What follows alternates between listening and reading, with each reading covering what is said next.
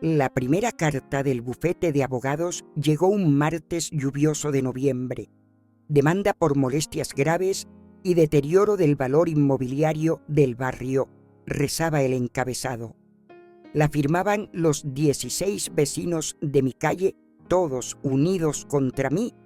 Purificación Sánchez, de 66 años, la mujer que según ellos estaba loca y convertía el barrio en una vergüenza. Me senté en mi cocina, rodeada de mis 23 gatos, con la carta en una mano y una taza de café en la otra, y no pude evitar reírme. Si estos nuevos ricos supieran la verdad sobre mi casa, sobre mi situación, sobre lo que realmente estaba pasando en esta calle, pero no lo sabían, y esa ignorancia les iba a costar muy caro. Todo había empezado 5 años atrás, cuando el barrio comenzó a mejorar. Lo que durante décadas había sido una zona tranquila de casas modestas, habitada por familias trabajadoras, jubilados y gente sencilla, de repente se había puesto de moda. Los promotores inmobiliarios habían descubierto que estábamos a solo 20 minutos del centro de la ciudad y que había espacio para construir chalés modernos.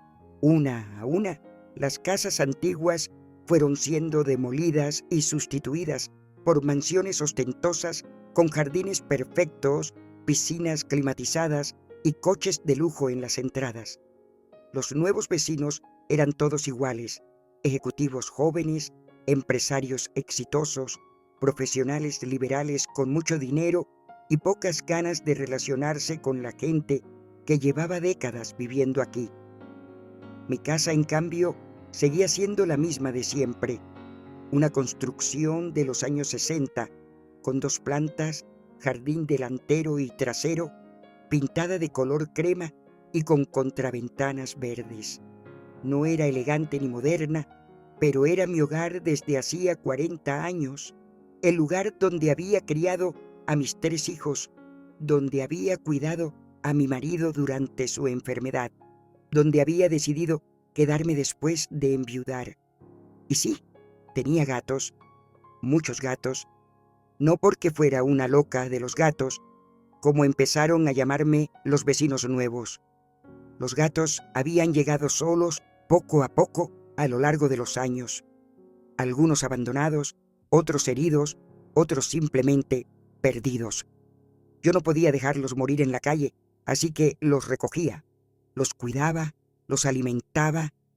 Todos estaban esterilizados, vacunados, desparasitados. Tenía todos los certificados veterinarios en regla. No molestaban a nadie, no hacían ruido, no se salían de mi jardín. Pero para mis nuevos vecinos snobs, tener gatos era sinónimo de ser una vieja loca que afeaba el barrio. La cosa empeoró cuando decidí plantar un huerto en mi jardín delantero. Durante toda mi vida había cultivado mis propias verduras. Era algo que me relajaba y me daba satisfacción. Pero según los nuevos vecinos, los tomates, lechugas y calabacines desentonaban con la estética del barrio. «Doña Purificación», me dijo un día Gonzalo Martínez, el nuevo vecino de enfrente, un tipo de 40 años con cara de pocos amigos. ¿No cree que sería mejor plantar césped en lugar de eso? ¿Eso qué?, le pregunté. Bueno, las verduras. No quedan muy elegantes. ¿Elegantes? Son tomates, no basura. Ya, pero es que baja el tono del barrio. Aquí vivimos todos profesionales, gente que cuida la imagen de sus propiedades. Yo también cuido mi propiedad, por eso la planto con cosas útiles en lugar de césped que no sirve para nada. Gonzalo frunció el ceño. Mire, doña Purificación, no quiero ser desagradable, pero todos los vecinos estamos preocupados. Su casa desentona con el resto del barrio. Mi casa estaba aquí antes que todas las suyas. Sí, pero los tiempos cambian. El barrio ha mejorado. Quizás sería bueno que usted también mejorara. ¿Mejorar según quién? Mi casa estaba perfectamente mantenida. limpia, cuidada. El problema no era mi casa. El problema era que no tenía la misma pinta de catálogo de decoración que las suyas. Pero las presiones no pararon ahí. Empezaron a llegar quejas anónimas al ayuntamiento sobre mis gatos, sobre mi jardín, sobre el deterioro estético de mi propiedad. Vinieron inspectores municipales que no encontraron ninguna irregularidad, pero las denuncias siguieron llegando. Después empezaron las indirectas, los comentarios envenenados, las miradas de desprecio cuando salía a regar mis plantas. Un día encontré un panfleto en mi buzón.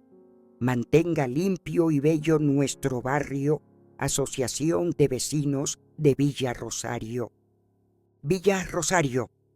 Así habían decidido rebautizar nuestra calle, que durante décadas se había llamado simplemente Calle del Pinar. Como si cambiarle el nombre la fuera a convertir automáticamente en zona exclusiva. La gota que colmó el vaso fue cuando organizaron una reunión vecinal para abordar los problemas del barrio sin invitarme.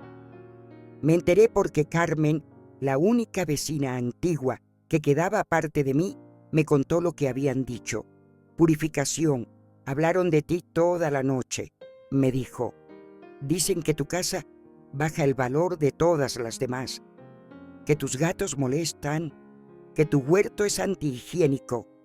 Incluso hablaron de hacer una colecta para comprarte la casa y que te fueras. ¿Una colecta? Como si fueras una indigente que necesita caridad. Fue muy desagradable. Gonzalo Martínez dijo que había que solucionar el problema de la señora de los gatos de una manera u otra. Esa noche no pude dormir, no de tristeza, sino de rabia. ¿Cómo se atrevían a juzgar mi vida, mi casa, mis decisiones? ¿Quiénes se creían que eran para decidir que yo tenía que marcharme del lugar donde había vivido 40 años? Pero la rabia se convirtió en determinación cuando recibí la demanda. Los vecinos abajo firmantes solicitan al juzgado que ordene a la demandada doña Purificación Sánchez la retirada inmediata de los animales de su propiedad, la modificación del uso de su jardín delantero y el mantenimiento adecuado de su vivienda para evitar el deterioro del valor inmobiliario del barrio. Además, exigían una indemnización de 50.000 euros por daños morales y económicos causados por mi conducta antisocial. Al final de la demanda había una propuesta. Si yo accedía a vender mi casa a una inmobiliaria que ellos habían contactado, retirarían la demanda y me darían 6 meses para buscar otro lugar donde vivir. Era un chantaje en toda regla. Me querían fuera del barrio y estaban dispuestos a usar los tribunales para conseguirlo. Pero había algo que todos estos nuevos ricos, con sus abogados caros, no sabían. Algo que iba a cambiar completamente el panorama de su pequeña guerra contra la loca de los gatos. Mi casa no era una simple vivienda de los años 60 que desentonaba con sus mansiones modernas. Mi casa estaba catalogada como bien de interés cultural por la Comunidad de Madrid. La había construido mi abuelo en 1963, siguiendo los planos de Luis Gutiérrez Soto, uno de los arquitectos más importantes del siglo XX en España. Era una de las pocas obras residenciales que el maestro había diseñado fuera del centro de Madrid, un ejemplo perfecto de la arquitectura racionalista española de los años 60. Cuando mi abuelo murió, la casa pasó a mi padre.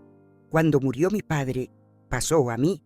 Y durante todos estos años, yo había mantenido cuidadosamente las características originales de la construcción, sin hacer reformas que alteraran su estructura o su estética, lo que para mis vecinos snobs era una casa vieja que desentonaba. Para los expertos en arquitectura era una joya histórica de valor incalculable. Pero había más, mucho más. El terreno donde estaba construida mi casa y donde mis vecinos habían levantado sus chalets de nueva construcción tenía una particularidad legal que ninguno de ellos había investigado antes de comprar. Era suelo de protección histórica. En 2018, el Ayuntamiento de Madrid había declarado toda la zona como área de protección del patrimonio arquitectónico, lo que significaba que cualquier construcción nueva o modificación de las existentes tenía que respetar estrictas normas de conservación histórica. ¿Y qué había pasado con las mansiones de mis vecinos? Que habían sido construidas sin tener en cuenta estas normas.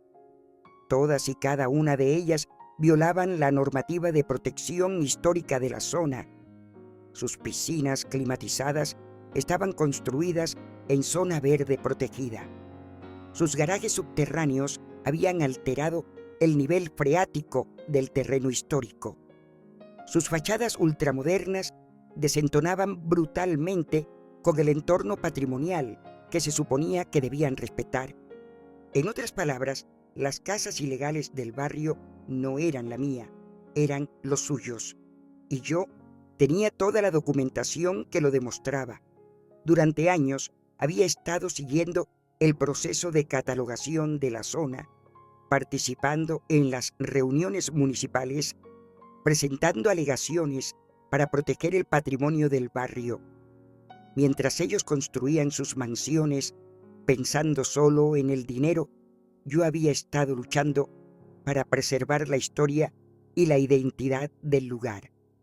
Ahora era el momento de usar toda esa información. Contraté a Elena Vázquez, una abogada especializada en patrimonio histórico y derecho urbanístico.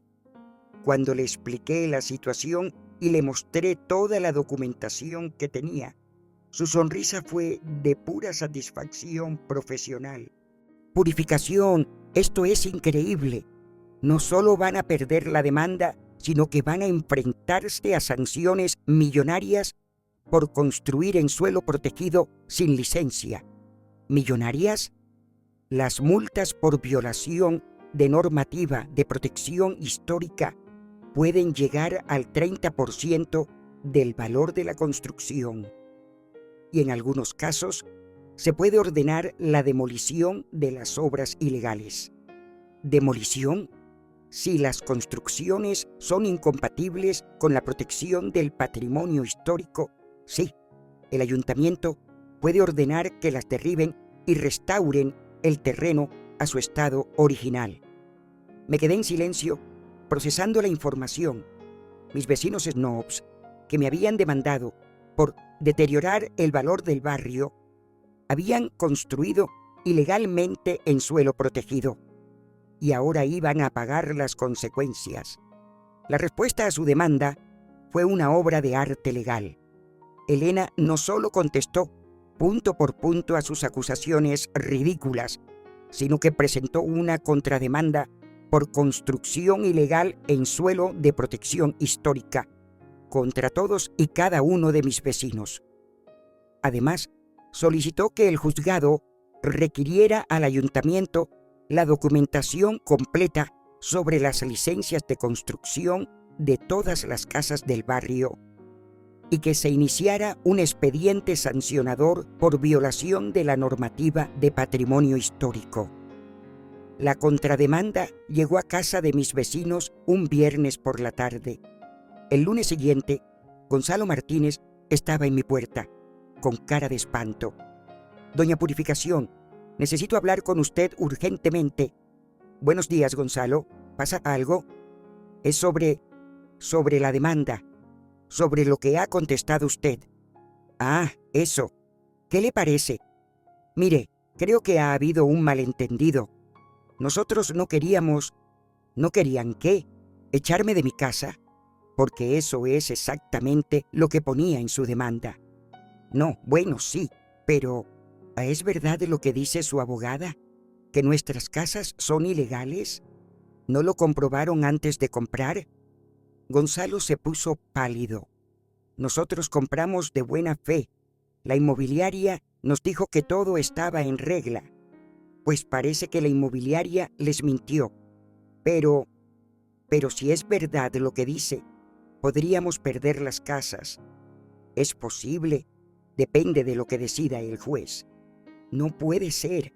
Hemos invertido toda nuestra vida en estas casas. Yo también he invertido toda mi vida en la mía, 40 años. Y ustedes querían echarme porque sus tomates les parecían feos. Gonzalo intentó negociar, prometer que retirarían la demanda si yo retiraba la mía.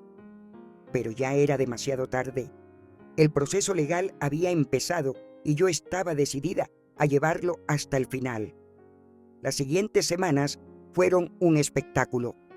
Uno tras otro, todos mis vecinos vinieron a visitarme intentando convencerme de que llegáramos a un acuerdo. Algunos con súplicas, otros con amenazas, todos desesperados. «Doña Purificación», me dijo Mercedes, la vecina del número 12. «Usted no entiende lo que esto significa para nosotros. Si perdemos las casas, nos arruinamos». «Yo entiendo perfectamente lo que significa», le respondí. «Es exactamente lo que ustedes querían hacerme a mí, pero nosotros no sabían, porque no les importaba. Solo querían una excusa para echarme del barrio. El informe pericial encargado por el juzgado fue demoledor para mis vecinos. Todas sus casas violaban múltiples normativas de protección histórica. Las sanciones económicas podían superar los 2 millones de euros entre todos. Y en 3 casos, las construcciones eran tan incompatibles con la protección del entorno que se recomendaba la demolición parcial. Pero el golpe final llegó cuando una constructora internacional se enteró del proceso judicial y se puso en contacto conmigo. Querían comprar mi casa, no para derribarla, sino para restaurarla completamente y convertirla en la sede de su fundación cultural en España. El precio que me ofrecían era de 4 millones de euros. 4 millones. Por la casa que mis vecinos consideraban una ruina que bajaba el valor del barrio. Resulta que la obra de Luis Gutiérrez Soto se había revalorizado enormemente en los últimos años, y mi casa era una de las pocas de este arquitecto que se conservaba en perfecto estado original. Para coleccionistas y amantes de la arquitectura, era un tesoro. El día del juicio fue inolvidable. Mis vecinos llegaron con una delegación de 3 abogados carísimos. Yo llegué con Elena y con una carpeta llena de documentos históricos, peritajes arquitectónicos y ofertas de compra. El juez no tardó ni una hora en desestimar completamente su demanda.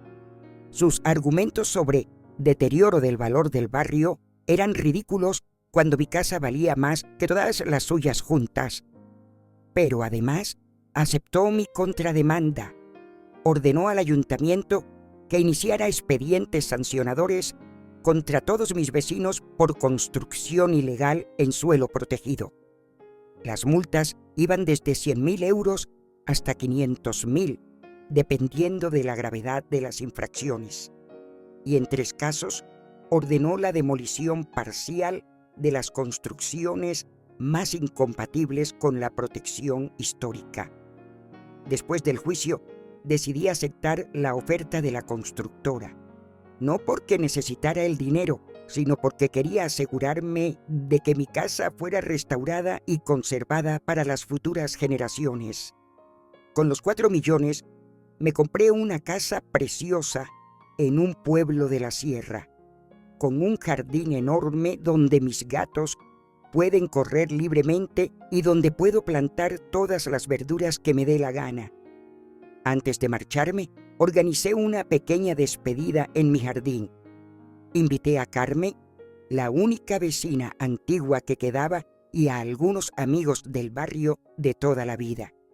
Mientras tomábamos café, rodeados de mis tomates y mis gatos, vimos cómo llegaban las máquinas excavadoras para empezar las demoliciones ordenadas por el juez. ¿No te da pena?, me preguntó Carmen. ¿Pena de qué? De que derriben las casas. Al fin y al cabo, son familias. Carmen, son familias que intentaron arruinarme por plantar tomates en mi jardín, que me llamaron loca por cuidar gatos abandonados, que me trataron como si fuera basura por no tener su misma idea de elegancia. Pero perdieron dinero porque no investigaron antes de comprar, porque se creyeron superiores a los vecinos que llevábamos décadas aquí, porque pensaron que podían cambiarnos como quien cambia la decoración de una casa. Esa tarde, mientras mis gatos exploraban las cajas de la mudanza, recibí una última visita. Era Gonzalo Martínez con una cara que daba pena. Doña Purificación, vengo a disculparme. ¿Disculparse?